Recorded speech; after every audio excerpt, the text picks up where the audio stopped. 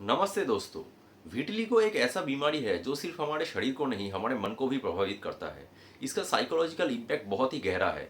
तो विटिलिगो को लेके और भी बहुत सारे वीडियो मैं इन फ्यूचर बनाऊंगा, क्योंकि ये टॉपिक बहुत ही इम्पोर्टेंट है, बोथ डर्मेटोलॉजिकली एंड सोशली। आज मैं विटिलिगो के ट्रीटमेंट के बारे में एक बहुत ही इंपॉर्टेंट चीज़ आप लोगों को बताऊंगा, जो बहुत से लोग इग्नोर करते हैं।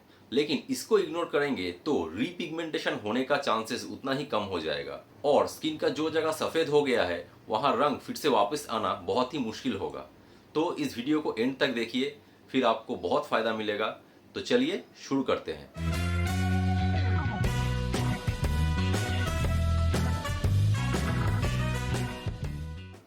देखिए दोस्तों, विटिलिगो के ट्रीटमेंट का मेनली दो पार्ट है।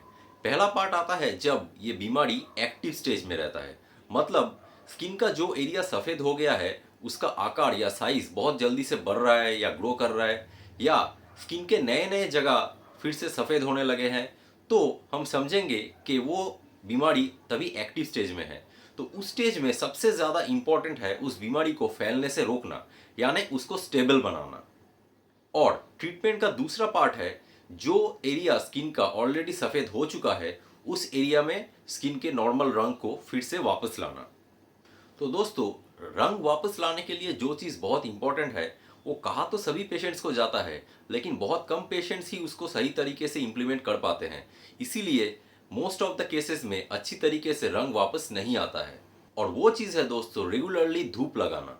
देखिए, विटिलिगो के ट्रीटमेंट में narrow band ultraviolet B light जो है वो बहुत उपयोगी है, लेकिन उस लाइट का फैसिलिटी हर जगह पे मौजूद नहीं है। तो ज़्यादातर केसेस में हमें सूरज के किरणों पर ही निर्भर करना पड़ता है। विटिलिगो का ट्रीटमेंट चाहे जिस तरीके से भी किया जाए, सन एक्सपोजर लगभग सभी ट्रीटमेंट का एक बहुत ही इम्पोर्टेंट पार्ट होता है। पर एक चीज़ को लेके बहुत सारे लोगों में और बहुत सारे डॉक्टर्स में भी पहले बहुत बहस हुआ करता था। वो ये है कि विटिलिगो जहाँ पे होता है, मतलब जो एरिया सफ़ेद हो जाता है, वहाँ पे मेलानिन पिगमेंट नहीं रहता है। और मेलानिन पिगमेंट का मेन रोल यही है कि वो हमें सूरज के अल्ट्रावायलेट रेस से बचा सके। तो जिस एरिया में विटिलिगो हुआ है, मतलब जो एरिया सफ़ेद हो चुका है, उसके ऊपर अगर धूप गिरेगा तो मेलानिन के एब्सेंस की वजह से वो हमारे शरीर के लिए बहुत हानिकारक नहीं होगा क्या? देखिए, विटिलिगो के पेशेंट्स में सनस्क्रीन यूज़ किया जाता है। उन लोगों को सनस्क्रीन यूज़ करने के लिए कहा जाता है, खासकर जो जगह सफ़ेद हो गया है वहाँ पे, क्योंकि उनको उस जगह पे सन बर्न होने का चांसेस ज़्यादा रहता है। लेकिन सन बर्न यहाँ पे उतना इम्पोर्टेंट इशू नहीं है। यहाँ इम्पोर्टेंट इशू ये है कि क्या विटिलिगो पेशेंट्स में स्किन कैंसर होने का संभावना ज़्यादा है या नहीं। देखिए, इस चीज़ के ऊपर कुछ स्टडीज़ हुआ है जो मैंने पढ़ा, और उसका सभी लिंक मैं एंड स्क्रीन में सोर्स के अंडर दे दूंगा, तो आप चाहे तो खुद उनको देख सकते हैं। तो इतने सारे स्टडीज़ पढ़ने के बाद कंक्लूशन में मैं ये कह सकता हूँ कि विटिलिगो पेशेंट्स में स्किन कैंसर होने का चांस नॉर्मल पेशेंट्स से ज़्यादा नहीं बल्कि कम होता है। इसका एग्जैक्ट रीज़न तो नहीं पता है, लेकिन ऐसा हो सकता है, किसी किसी साइंटिस्ट का ऐसा मानना है कि विटिलिगो एक ऑटोइम्यून डिजीज है। इसका मतलब क्या है दोस्तों, हमारे शरीर में जो मेलानिन कॉन्टेनिंग सेल्स है, कोश है, मतलब जिनके अंदर मेलानिन रहता है, उसके अगेंस्ट हमारे बॉडी का ही इम्यून सिस्टम एक्टिव हो जाता है। तो उस कोश को हमारे बॉडी का इम्यून सिस्टम मार डालता है, तो मेलानिन वहाँ पे डिस्ट्रॉय हो जाता है, इसीलिए वो जगह सफ़ेद हो जाता है। तो इस हाइपर एक्टिव इम्यून सिस्टम का एक फ़ायदा शायद उन पेशेंट्स को मिलता है कि जो सेल कैंसर वाले सेल होते हैं उनको भी शायद ये हाइपर एक्टिव इम्यून सिस्टम खत्म कर देता है या मार देता है। इसीलिए शायद विटिलिगो पेशेंट्स में स्किन कैंसर नॉर्मल लोगों के तुलना में कम पाया जाता है। लेकिन दोस्तों, आपको ये चीज़ ध्यान में रखना है कि इसको एल्बिनिज्म से एकदम अलग करके देखना है, क्योंकि देखिए, एल्बिनिज्म एक जेनेटिक बीमारी है।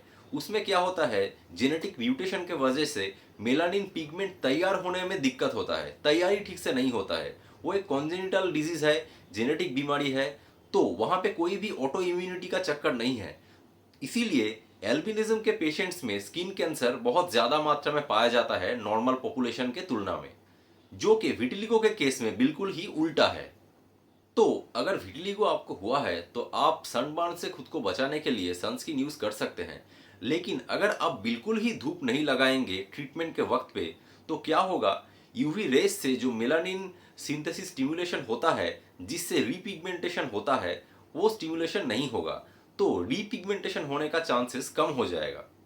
इसका एग्जाम्पल इस तस्वीर में देखिए दोस्तों। इस पेशेंट का मैं ट्रीटमेंट कर रहा था।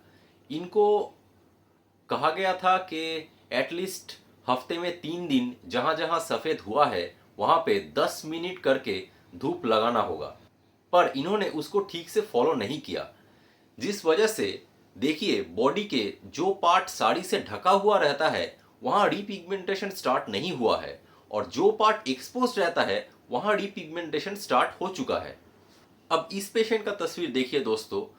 पहले ही माफ़ी चाहूँगा कि इनका पहले वाला तस्वीर मेरे पास मौजूद नहीं है, लेकिन ट्रीटमेंट के बाद का तस्वीर मेरे पास मौजूद है। यहाँ पे देखिए दोस्तों, इन्हें ऐसे जगह पर विटिलिगो हुआ है जो एरिया यूजुअली एक्सपोज रहता है, और इन्होंने धूप लगाने का काम भी बहुत अच्छी तरीके से किया, इसीलिए इनका रीपिगमेंटेशन अच्छा आया है। तो दोस्तों, विटिलिगो के ट्रीटमेंट के दौरान अगर आपके डॉक्टर आपको कहते हैं कि आपको धूप लगाना चाहिए, तो उसको आप ज़रूर अच्छी तरीके से फॉलो कीजिए। अगर फॉलो नहीं करेंगे तो रीपिगमेंटेशन यानी जो जगह पे रंग सफ़ेद हो गया है वहाँ पे रंग वापस आना काफ़ी मुश्किल हो जाएगा। तो ये वीडियो आपको अगर अच्छा लगा हो तो लाइक कर दीजिए, और अगर मुझसे कुछ पूछना हो तो कमेंट बॉक्स में कमेंट कर सकते हैं। और इस तरीके के और भी इंफॉर्मेटिव वीडियो फ्यूचर में देखने के लिए मेरे चैनल को ज़रूर सब्सक्राइब कीजिए और बेल आइकॉन को हिट करना मत भूलिएगा। तो हम मिलेंगे अगले वीडियो पे, तब तक के लिए खुश रहिए, स्वस्थ रहिए, नमस्ते।